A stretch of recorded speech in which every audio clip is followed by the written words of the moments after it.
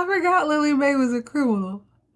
Out on bail, fresh out of jail, California dreaming. She shouldn't have got on that bus or crossed state lines. I think that might be a felony, but maybe not in her case. Ladies and gentlemen, boys and girls, welcome back to another fun-filled edition of Soap Floor. I'm your host, Jeb, viewing and reviewing the soapiest primetime storylines of 1982. We are back on the West Coast, always doing the absolute most, and a dream come true for me. So whether you're new to this or true to this, sit back and enjoy. Tell the kids it's time to play outside or out of sight. Tell babe no questions, suggestions, or concerns for the next 25 to 35 minutes. Everyone else in earshot, cool, quiet, or kicked out are your only options because we are watching our stories. Ladies and gentlemen, boys and girls, this is Soap Floor.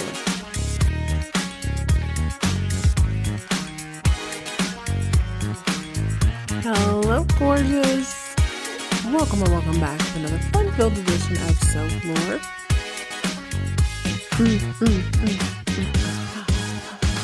I hope your day is shaping up well. Mine is looking like it might be all right.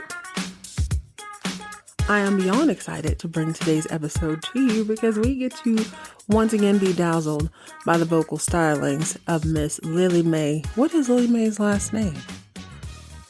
I don't know, and I'm afraid to look it up because I'm afraid of spoilers. Thank you for joining me today. If you are new to this, welcome. If you are true to this, thank you so much for all of your well wishes, thoughts, and behind the scenes tidbits. I really appreciate them, especially since I'm afraid of spoilers. Which brings me to a fun piece of fan mail, a correction, and a little bit of a guess going forward. So go ahead and grab yourself something bubbly and bright. Settle in as we jump back into Knots Landing, Season 3, Episode 9, The Rose and the Briar. I feel like that's a book or something. The Rabbit and the Briar, something like that. I don't really know what that is. I think a briar's a garden. I might look it up here in a little bit. But in the meantime, in between time, I am beyond excited. Ask children and you will receive. On the last episode, I expressed my absolute need for more of this diamond in the rough, Miss Lily Mae, and she does not disappoint this episode. We also get a whole nother crossover. I tell you what, the soap opera world is minuscule. It is so tiny. We have another crossover character from Dynasty of all places, and he brought me more joy than I deserve on this one too. So let's jump into some fan mail. I have a couple questions here. All right, my first piece of fan mail today is from Candace. She says, "Hey Jen, my name is Candace and I'm an OG who grew up loving Falcon Crest. I was so excited to come across your podcast and I think you're doing a great job. After the review of Body Rock, I got a little bit curious about your taste in films from that genre. Are you familiar with any of the John Hughes films? And if so, which ones? Also, since you have a disdain for the 80s, have you found yourself watching any other 80s films since watching the soap operas?" Thank you, Candace. Well, have I found myself watching any 80s films? Here's the honest truth. I went to look up John Hughes real quick after I got that because it's like the name sounds familiar. I couldn't put a face to the name, and now I realize why. I guess he did all the sort of teen films from the 80s. Yes, I have seen several of those, but I have not seen them recently. Other than the Body Rock film, I haven't really gone out of my way to watch any 80s films. It's not a bad idea. I'm kind of liking that idea of maybe watching some 80s teen films, but I think I had a pretty good start with those movies. So here's the thing about being an 80s baby, 90s kid. I definitely have seen like Pretty in Pink. I've watched The Breakfast Club. I've probably seen The Breakfast Club a few times as an adult, maybe within the last 5 years or so. But I can't say I've fully seen 16 Candles. I know I've seen big chunks of it. I think is that where she makes the dress? And then I've seen the one where Molly Ringwald was pregnant and she had like this haughty boyfriend and they were kicked out for being pregnant, as far as I can tell. And they showered in a room with no walls. That's like the distinct memory I have. So with that being said, I don't know when I saw that. I definitely had to have been, I don't know if I was 3 or 4. and just I have these flashbacks of being in my aunt's living room. I spent a lot of time watching whatever was on HBO. I knew to cover my eyes during the dirty bits because, this is the 80s. Kids weren't super precious then. I either had to go outside or cover my face with a blanket if a kissing scene or something came up. And sad to say, I still may or may not fast forward through those parts now. Like as an adult, even if they're kissing a little bit too long on TV, I'm like, oh, I feel weird. I feel like I need to cover my eyes or do something else. That's so funny. I'm totally not a prude, I promise. But no, yeah, I've definitely seen those movies. As a matter of fact, sadly today, as I was recording, I saw the news about Val Kilmer and just, made me so sad. I hate to hear that. He's one of the first movies I remember. He was in one of the first movies I remember watching. I definitely remember Lost Boys because I thought the blonde kid who turned out to be Bill or Ted from Bill and Ted's Excellent Adventure was in it. And I thought he was so cute. I watched a movie with a guy and Val Kilmer about science. Now, I could have sworn this was Sarah Jessica Parker's little brother. Don't ask me where I got that idea. I guess I saw an interview with her at some point where she said she had a brother. And in my mind, I just made that kid her brother. He's totally not her brother. But I remember Val Kilmer made a house. He didn't make it explode, but he filled it with popcorn. And I remember being very, very impressed by that. I don't even think I was in kindergarten yet. Being a very small kid thinking wow, this is what science is. And you know what? I've loved science ever since.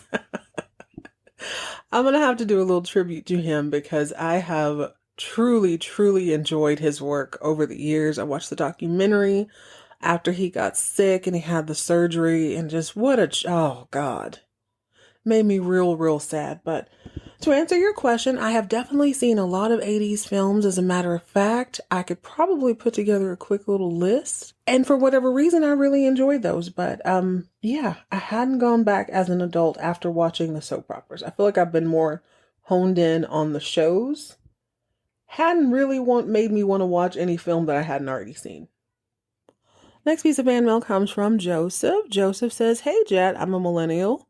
Also an 80s baby, 90s kid, and I'm watching these shows for the first time and having a great time." And in parentheses, it says, "I'm new to this, soon to be true to this." I wanted to know how you avoid spoilers. How have you been able to enjoy the show without running into any obvious plot twists or giveaways? Joseph, I'm glad you asked. It's a very good question. And I think here's the thing. With these shows most of them being at least 40 years old, I don't feel like they come up in general conversation, but you're right. The longer I watch them, the more, my Google algorithm has changed a little bit. I've noticed the other day, I think Dallas just turned 47. So if I see something that comes across my timeline or comes across my news feed, I will only read the title because titles very rarely give you any other sort of giveaway. I think the only way to do it is you just can't go digging too deeply. For instance, when I wanted to know more about a character, like if I'm eulogizing someone whose character died on the show, I'll go to Wikipedia and maybe just read the first little bit or just go to their body of work. You got to skip over the bigger bits because they might give it away. You can do read their early years, read things like that. I've been very, very lucky as far as not having any major spoilers spoiled for me. Again, I don't go looking. I don't know. You gotta stay vigilant, my friend. You gotta stay vigilant. That's all I can say. Especially if you're not, I'm reviewing them, so I have to take the pace a little bit slower. I think I would probably burn through these really quickly otherwise. But I like the pace I'm going. I think originally I wanted to do it every week so that it would feel as authentic as it did when they aired. And that's been pretty good. I enjoy the build up and the anticipation, but yeah, be very careful. Don't put too many people on to it. I've already told some friends and then we wanted to talk about it. I'm like, listen, don't say nothing to me. I can't hear that. Don't talk to me. Don't say anything. Also, seeing pictures of the cast has come up a little bit more lately for me. And, I always look, but I don't really think a lot about it. But now that I've seen, I think it was like from season 2 to 3 of Dynasty, I'm like, oh, okay, there were giveaways there. But if you don't know, you don't know. Things are just going to go over your head. You don't really know. So, Joseph, do your best to not go digging too deeply.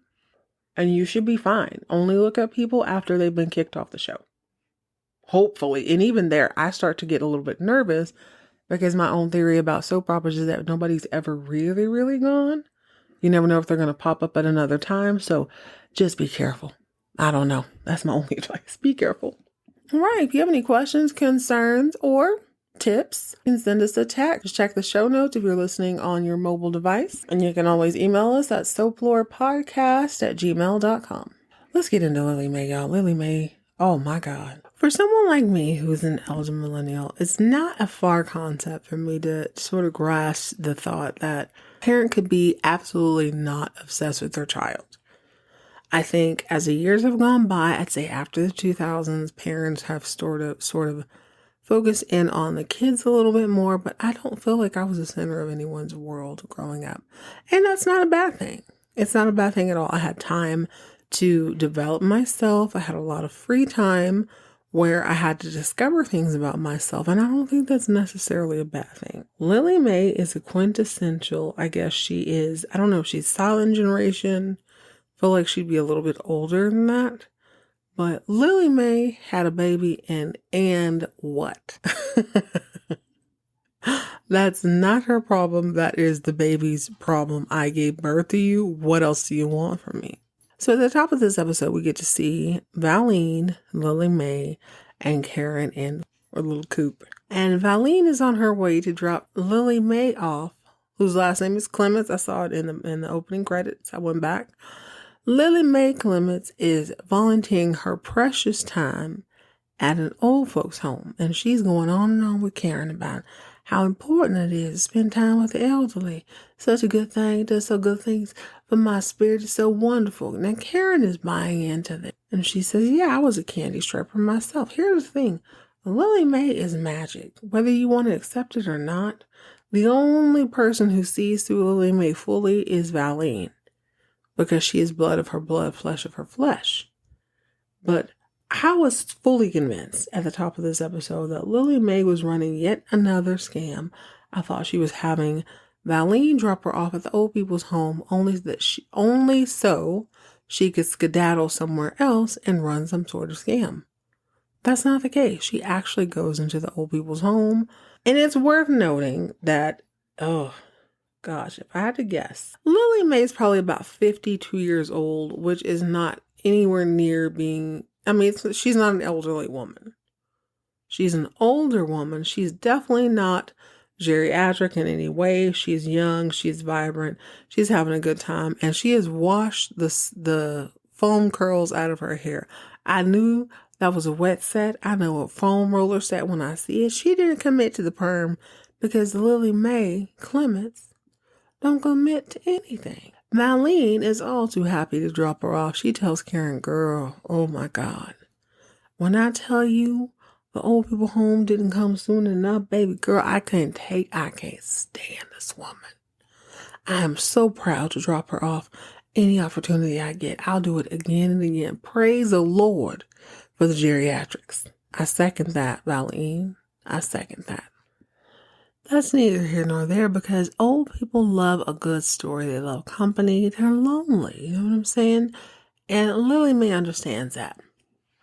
One of the lessons I've learned as I've grown older is that sometimes people don't really want a solution.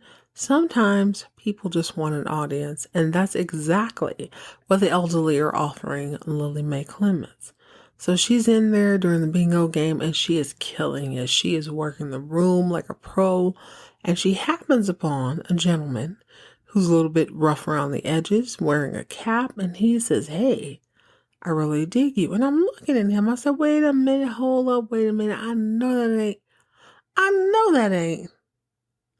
Which is going to be a new series. I know that ain't Jack from Dynasty. Not Allegra's kidnapper. Baby, it is Allegra's kidnapper. Immediately, my heckles were up. I was like, oh my God. Lily Mae, if I don't know nothing else, I know you're smarter than this. But here's the thing. When you want an audience, maybe you don't really care if that audience is genuine or not. If you want the applause, you're going to get the applause. So she and Jack from Dynasty start to exchange a few pleasantries. Oh, you're cute. You're cute. We're good. We're good. Hey, why don't you come over to my daughter's house for dinner? They take a long walk in the park, and Lily Mae is all too eager to say, you know what? I come for money. Now, Jack, whose name escapes me on this show, is like, word? You come for money? She said, well, I don't really come for money. What had happened was my daughter married one of the Texas Ewings. So the implication is that she is a wealthy woman. Well, unbeknownst to her, or not really, we'll get to that later. Jack from Dynasty, the horse kidnapper, is like, oh, let me turn up my charm. So there's this running joke that The Rock is the exact same person in every single movie. He just takes off a jacket or puts on a jacket. This is no different. Jack from Dynasty, circa 1984, is Jackson on Knots Landing, circa 1982. He's still involved in nefarious activities. He's still a scoundrel. But you know what he is? He is taken aback by the dazzling personality of Miss Lily Mae Clements. They fall in love over a bingo game. They wax poetic about their past endeavors. Apparently to her, Mr. Jackson Mobley used to be a big-time music executive in Nashville, Tennessee. Now that is music to a person like Lily Mae's ears, because guess where she's been trying to hustle and make it big? Nashville, Tennessee, because she is a country and western star. After a back and forth with many, many tall tales, she invites him over to dinner. Now, it occurred to me that Texas is a unique state. It's unique because it's so large. There are 4 different terrains in Texas, and Texas likes to indoctrinate their children while they're in school with Texas history, which includes something called a tall tale. Now, we all understand these stories aren't 100% factual, but they are intended to give a moral or historical lesson if you're willing to accept it. Tall tales are a vital part of the Texas backbone. Now, Mr. Mobley is an expert on tall tales. Now, here's a gotcha. As I've learned about Lily Mae, the more I see her, the more I understand that this woman is what you would call country dumb. She's not missing a damn thing. She is absorbing everything. She understands the assignment. She knows what's going on at all times. So I fully didn't expect a hustler like Mobley to get one over on her. But again, like I said at the top of the episode, she doesn't want a solution. She wants an audience. She is at the point in her life where her daughter is telling her to suck it up and get real, but she needs someone to believe in her dreams. So perhaps they have a mutual exchange here. He knows he's full of ish. He knows that she knows he's full of ish, but she indulges him either way. She knows that he knows she's full of ish, but he indulges her either way. Now, is this simpatico or is this a fiasco in the making? Time will tell. In the meantime, in between time, we have a subplot. Little Olivia. Olivia has brought us at least 3 different storylines, and I've enjoyed each and every one of them. Apparently, Olivia is back on the cul-de-sac. She's on the mend. She's got a broken arm, and she seems to be healing well physically. But mentally, things aren't so great. So Abby meets her at the bus stop, and Olivia jumps off the bus. There's another little girl who's ahead of her with her mother, and she's like, bye, Olivia. Olivia ignores her. So she says it louder. Bye, Olivia. And Olivia looks over like, that's cute. Abby says, Olivia, what's wrong? Olivia says, you know what? Sarah Ames is a giant baby. It appears that Olivia has ops all over the elementary school. She can't even live her life in peace. All she wants to do is get an education, eat a little lunch, have a little play date, but her ops won't let her live. Abby says, girl, what's wrong? Olivia says, you know what? Sarah Ames told the entire class that I can't be at the father-daughter dance because my dad is liable to kidnap me. Ooh. I know we're supposed to hate Sarah Ames and Ada Bixby. She called both of them big babies. But I hear no lies. Your father is liable to kidnap you, which is why your mother had to press charges, which is why he can't be at the father-daughter dance. That is at his own demise. That is at his own hands. I don't blame Abby for that at all. It is what it is. I stand with Abby. But Abby starts to thinking like, damn, not having their dad in their lives is going to really suck. I did not think of the immediate consequences. So she ends up having a brief conversation with Val about it. And Val's like, hey, why not bring Gary in? Gary can fill in. He can do whatever he needs to do. Because Olivia's like, yo, not everybody has a daddy. Some people have stepdaddy. Some people have their mom's boyfriend. Other people are coming. I have no one. And then Sid's dead, so her uncle can't even show up. Her cousins are far too young to represent her as like a father figure. So the only person left is Gary, according to Valene. Now Abby's like, are you sure? Now I was thinking to myself, I would double think that too, because yes, Gary has a daughter, but he's a crappy dad. Almost lost my religion real quick. He's never raised anybody. Yeah, he might be. He's fine. He's okay. He's fine. But is he good with children? We'll never know, because he's only spent like 48 hours with his own daughter. I thought he was a poor choice. I would have gone with maybe a Kenny or a Richard, because Kenny's on his new daddy daycare bit. But no, they decide that Gary. So Valene fills Gary in. He's like, now, baby, why would you say that? Why would I do that? I don't want to go over there and help that woman. She's like, please, just do it for Olivia. You know, Val loves the kid. She loves the cheering. So he goes over and he and Olivia work out this beautiful sort of magician shtick. And it's really good. And Abby sees it. She's like, yeah, this is perfection. I'm going to be honest. I watched this entire episode. I didn't really think much of it until like halfway through. There's a scene where things are going on with Lily Mae that require Gary's attention. Abby comes into the file cabinet room. She's talking to Gary. Now, Gary's kind of dense. He's not really thinking about much. He's just handling the task at hand. And Abby's like, well, are you going to be able to help my daughter? She's going to be so disappointed. You have to show up. She's going to be so disappointed. And he's basically telling her, listen, I might need to take care of some other business, which we will get into in a second. And I didn't think Abby was all that, I don't know. I didn't think she was all that eager. I wasn't really clocking much, but I clocked Karen in the background. So I'm like, oh, something's going on here. So Karen interrupts, and then she's like, am I interrupting? Abby don't care. Y'all know Abby don't give a damn. She gonna do what she needs to do.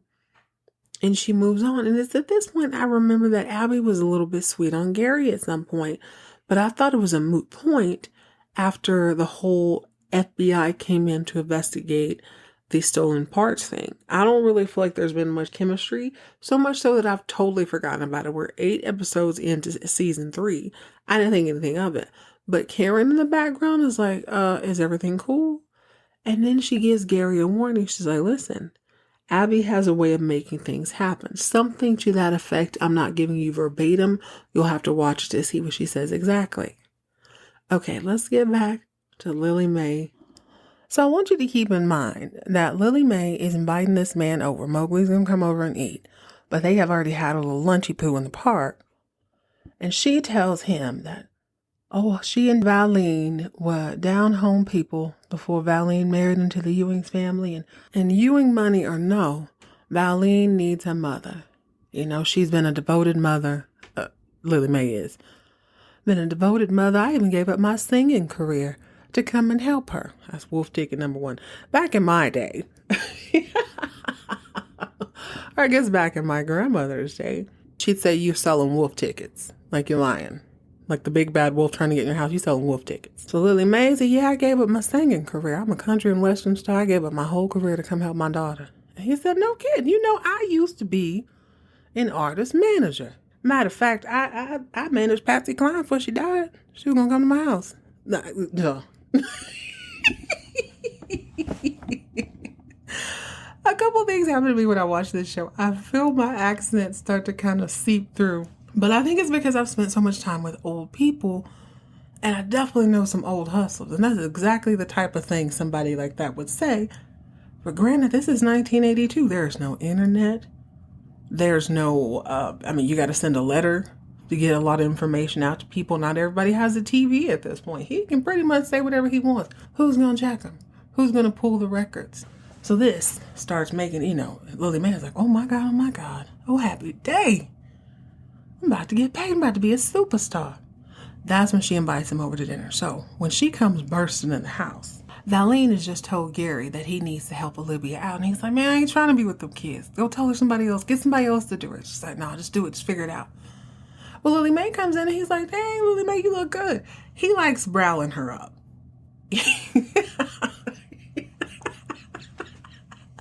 And damn it if I don't like him riling her up a little bit.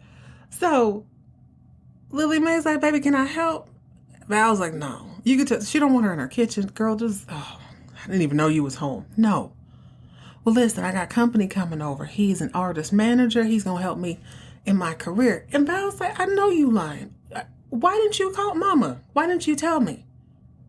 Well, you weren't here when I got home. And Valene's like, because I was out buying dinner for 3 people. What am I going to do with a 4th person? Well, we're having chicken fricassee, something like that. And Valene's like, yeah, I am preparing chicken fricassee. Lily Mae's like, well, just add some more rice in. It'll be fine. He's coming over anyway. Oh, and also follow my lead. Whatever I say, just nod and agree. So Valene already knows it's going to be some bull. And my heart, I'm having a good time. But Val is like, oh my God, Gary, you better get your mother-in-law. Sweet Jesus, you better get this woman. You better get her before I get her. Lily Mae is tap dancing and fiddle-deeing all over Valene's last nerve. So now she's got to scramble and stretch out this meal that really should be for 2 people, but Mama is a squatter. Now it's going to have to be for 4. This is amazing. So they sit down to eat. Gary, Valene, Jackson Mobley, and Loretta Lend Me a Dollar herself. And Jackson Mobley starts telling this tale about how when he was a kid, he was on his uncle's farm and this chicken laid these glow-in-the-dark eggs. They were so bright, so vibrant, that they used those eggs to light up the house for the rest of the summer. Now, Gary cackles at this. He's a Texan. He's like, that is the tallest tale I've ever heard. And Jackson's like, no, it ain't. This is the honest to God's truth. But it's all in fun. Everybody knows he's having a good time. Now, Valene looks like, oh my God. She's just rubbing her head like, oh my God. How did I end up with 2 of these people? And she's right. Lily Mae had said at some point, she's like, I knew I felt a kindred spirit. Because he told her he was an artist manager or something. But the truth is, it takes one to know one. A hustler, that is. So Val tells Gary, hey, it's time to go over and help Olivia with her project. She thinks she's going to go in the kitchen and wash dishes and then just sort of slip into bed. Lily Mae has other plans. Oh, Valene, thank you so much for helping me make dinner. Wolf ticket number 3. And Val was like, girl, you don't, okay, yeah, I helped. Something like that. Lily Mae says, put down them dishes, Val. Come in the living room with Mr. Mobley and listen to me sing. I can tell in that moment she would have, oh God, she wishes she was Gary so bad. So they go in the living room and you know exactly what song she sings. The prettiest thing I ever did see was the clouds drifting high in the pine country. That's my jam. I don't care what anybody says. I love it. Once the guy leaves, Valene is like, Mama, please. That man, everything he said was a lie. She's like, oh, little girl, you just don't understand men. You don't understand a man like him. He's a visionary. You're not a visionary like me and him. You don't understand. Side note, though, Valene is wearing this outfit. It's like these gray pants and not so much a suit jacket, maybe sort of a members only jacket, but it's cut to fit a woman. It's a very feminine cut jacket. It's like a windbreaker material, I think. I love it. I've never seen anything like it. Now, granted, I can't hear the swish, swish, swish when she walks, so maybe it's not windbreaker material, but it is cute, cute, cute. Do yourself a favor and watch this episode. It is so cute. Okay, so Lily Mae and Mr. Mosley continue to get along. They get along so much that they are asked to babysit Ginger and Kenny's baby while they go out and have themselves a good time. Now, Ginger can't wait to drop this crying baby 2 names. Lily Mae comes over and brings Mosley. Now, Lily Mae goes in the kitchen immediately. You can tell this is this type of woman she is. Ginger and Kenny say, help yourself to whatever. We'll be back early. Yes, people mean that, but they also don't mean like, don't go crazy. Obviously, restrain yourself. Lily Mae immediately goes to the kitchen and starts to prepare some snacks. So let me raid this refrigerator real quick, Mr. Mosley. Well, I guess the sticky finger spirit was upon Mr. Mosley because he immediately starts snooping around like, hey, this place is pretty nice. He opens a coffee can behind the couch and there's some money in it. Now, to my naked eye, I saw 5. I'm thinking this is probably, I don't know, probably $25 at most. It's not. He quickly stuffs it away in his pocket, and by the time Lily Mae returns from her cabinet raiding the cheese tray, Jackson Mobley has a bright idea.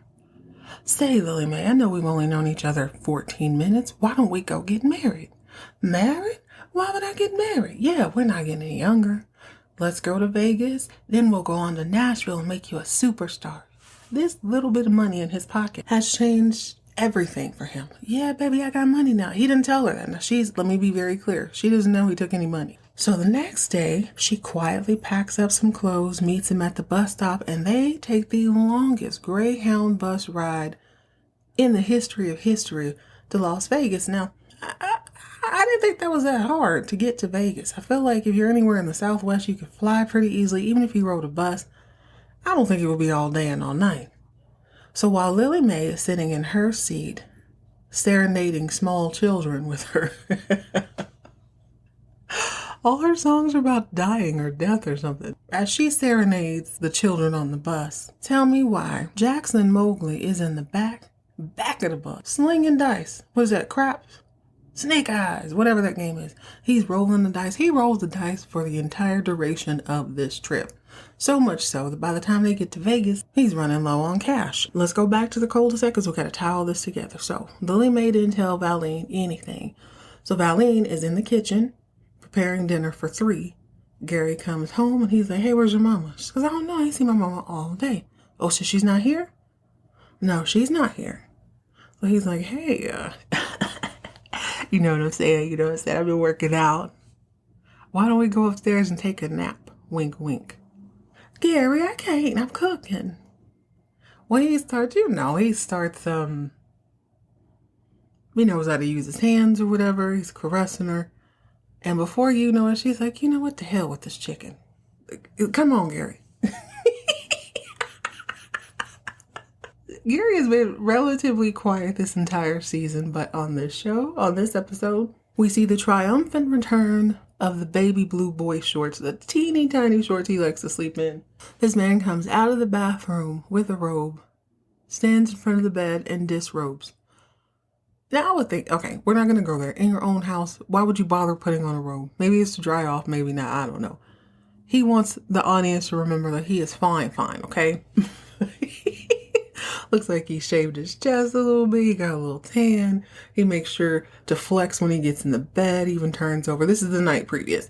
He turns over on his side. Hey, Valene, could you rub my arm? Well, this gives him the opportunity to hoist his head up with his arm and flex so we can see, we get it, Gary. You fine, we get it. Well, after they get through taking a nap, they're eating dinner. And he's like, damn, Val, this chicken is dry. She goes, well, it was in the oven an extra 30 minutes. He's all, yeah, that's right. Man, I get it.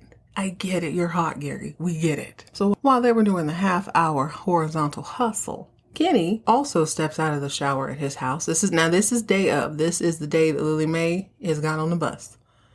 He steps out of his shower and he says, hey, Ginger, you got any money?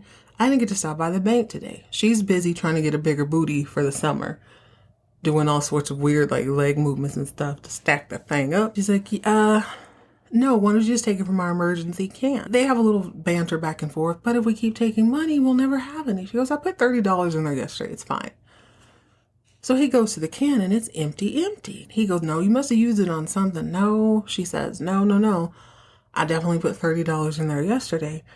It can't be gone. The only people who were here were, and she doesn't say it. She's like, no, it couldn't have been Lily Mae. She's too nice to do something like that. Kenny said, well, you remember she did steal that scarf. And Ginger's like, damn, yeah, she did. Let the record reflect. According to Lily Mae, she didn't steal the scarf. She simply took it from its location inside the store, stuck it within her breast pocket, walked outside so she could see it in the light of day. Never mind the big picture window. Well, Kenny's like, I don't think Lily Mae would have taken the money, but what about that weirdo she was with? And Ginger said, I don't know. I don't know him like that. Maybe, maybe not. So they go over to Gary and Valene's. Kenny does.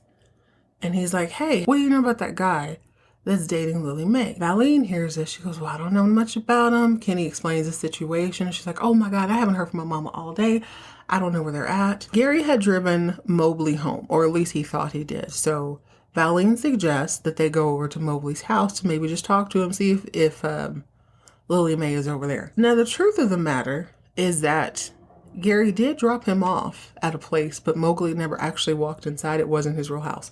So they really are none the wiser about where he lives. At one point, Val was really concerned that he might live in a scathy neighborhood. Does he have a nice house? Did you meet his son and such? And Gary's just kind of sniggling the whole time. Gary's just doing whatever he's told this whole episode. He doesn't really talk a lot unless he's trying to get Valene in the sack and remind the rest of the audience that he's fine.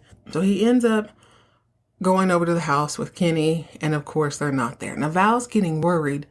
Kenny suggests that they call the police. Val's like, I can't. Mama's on parole. I forgot Lily Mae was a criminal. Out on bail for out of jail, California dreaming. She shouldn't have got on that bus or crossed state lines. I think that might be a felony, but maybe not in her case. So eventually Lily Mae does call, and Valene is like, Mama, where are you? I can't believe you left all day and didn't say nothing. Lily Mae's like, don't worry about that. Now I'm telling you where I'm at. I'm at the Alhambra Hotel in Las Vegas. I'm about to marry Mr. Mobley. Val's like, what? Gary, we gotta go. They hang up, they get in the car, and they make it to Vegas in 15 minutes.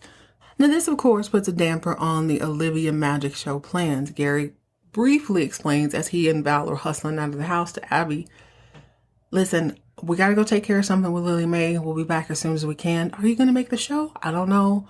We'll be back as soon as we can. So meanwhile in Vegas, Mowgli's at the slot machine, just dropping quarter after quarter after quarter, losing and losing and losing. Lily Mae goes over to him and says, hey, honey, let's go ahead and check in. I need to freshen up. He goes, oh, no, honey, I'd like to do a little bit more gambling if you don't mind.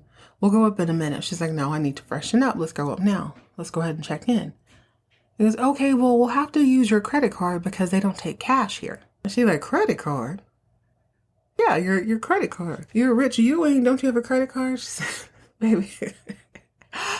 No, like I said before, I don't have money like that. Now here's the funny part. She did explain to him when she initially met him that she and that Valene were down home folks. Valene married into the Texas Ewings.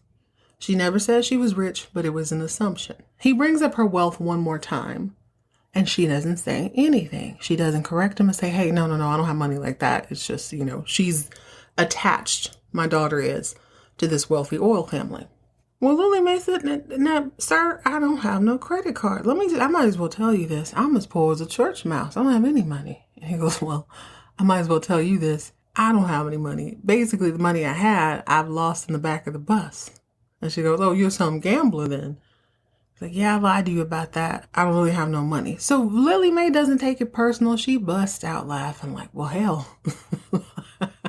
I was lying to impress you. I thought you were going to elevate my career. I lied about everything. And he goes, well, hell, I lied too. Matter of fact, I've never been a music producer in my life. Well, they get a good old raucous laugh out of this. I'm like, wow, Lily Mae is unfadable. This is where this woman turns lemons into organic deep tissue peel. She's that good. This is why I know this woman is going to be all right.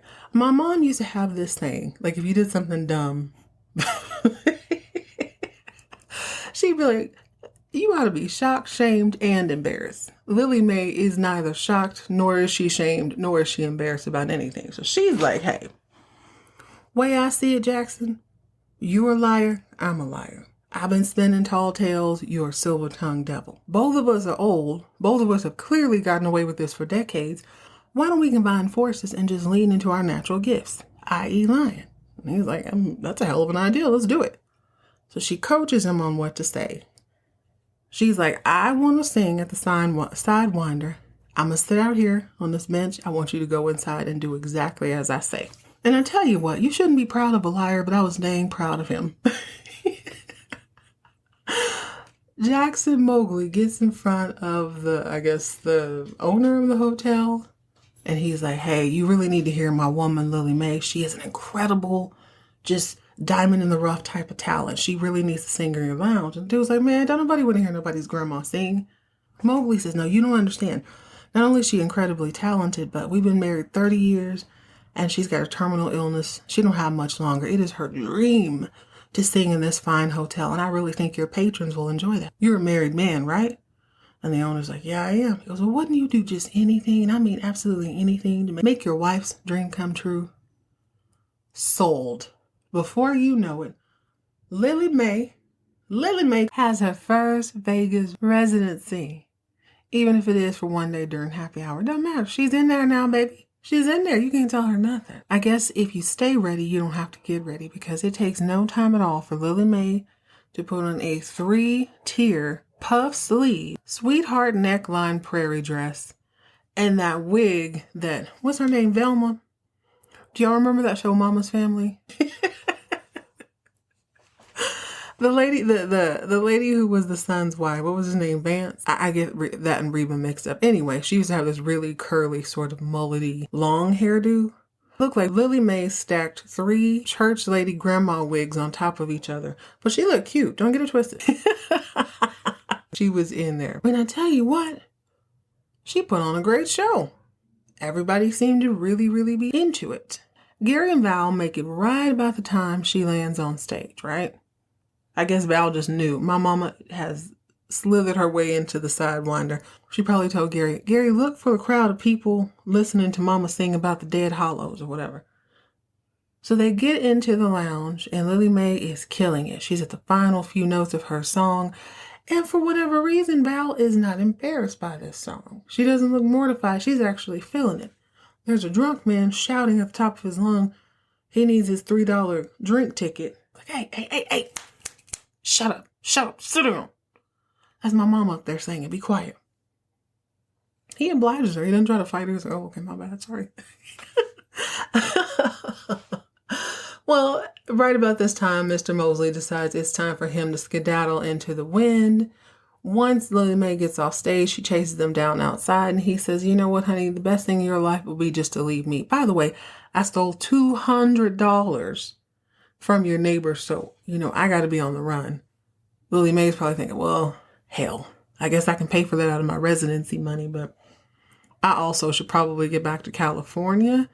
I'm definitely on parole, and I don't want Valene to call my PO, so I got to go. They make it back to Knots Landing just in time for Gary to take Olivia to her daddy-daughter date. Because of this scene, I decided I was going to go back and pay a little bit more attention to Abby throughout the rest of this episode. Gary goes into the house. He puts on a magician's costume that Abby bought. Olivia comes out. She looks adorable in her little magic girl outfit. She climbs in the back of Gary's coupe because she knows her mom is coming. Now, Val and Lily Mae are fussing over how cute Olivia is, wishing everybody good luck. It's very much understood that nobody but the daddies and the daughters are invited. So you can imagine everyone's surprised when Abby comes tearing out of the house and she jumps in the front seat with Gary. And she goes, see, Olivia, we're just like a real family. And Val said, well, I thought it was only daddies and daughters. Abby says, well, yeah, but I'm serving cake, so I get to go. I'm not going to lie to you. When I saw the two of them in the front seat, my heart dropped. I had like that, that Dolby Digital, that sound. Oh, my heart dropped. I was like, oh no. Gary, mind you, he's just kind of doing what he's told. He doesn't seem to care. He's not really paying attention to Abby. He's just like, he looks at Valene. Baby, we'll be home in a little bit later. No big deal. Olivia doesn't seem to be bothered. But it's just something about the way Abby is looking in the front seat. She's way too giddy. So it made me. Now, Lily Mae, as they drive off, says, Val, better keep an eye on your husband. I am listening to everything Lily Mae says. I'm like, okay, yeah, I had forgotten that Abby was a little bit sweet on him. It seemed like they forgot, like that was a non-factor after the whole Sid death and she almost got Gary put in jail. I hadn't thought about it again since then. But because of the scene, I go back and I look at the scenes that Abby's in a little more carefully, because I had originally thought that the whole Olivia needs a daddy-daughter date with Gary was all Val's idea. In my mind, Val was like, she's the one who brought it up. She's the one who insisted. She's the one who brought it to Gary. Gary was like, no.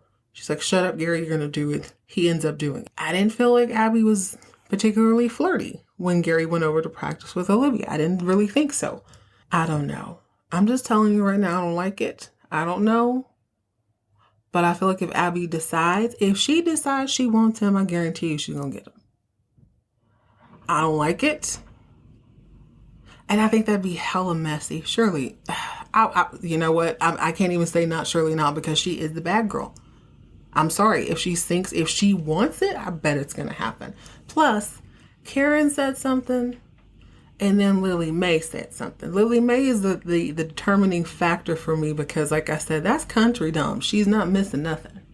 She ain't missing a damn thing.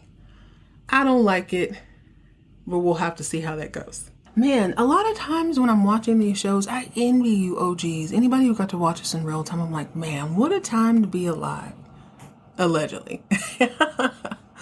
But today I'm really, really happy that I got to watch it the way I did, because I can stop, I can rewind, I can revisit these things. I don't have to wait, 7 or 8 months for the summer to hit and me to watch the repeats, hopefully be home. It's a lot of work. It was a lot of work back in the day. And I'm even more pleased that Lily Mae had a feature episode. She did not disappoint. I am fully enjoying this storyline. All right, guys, that's it. That's all. Thank you so much for joining me today. Remember to check the show notes if you want to send me a text.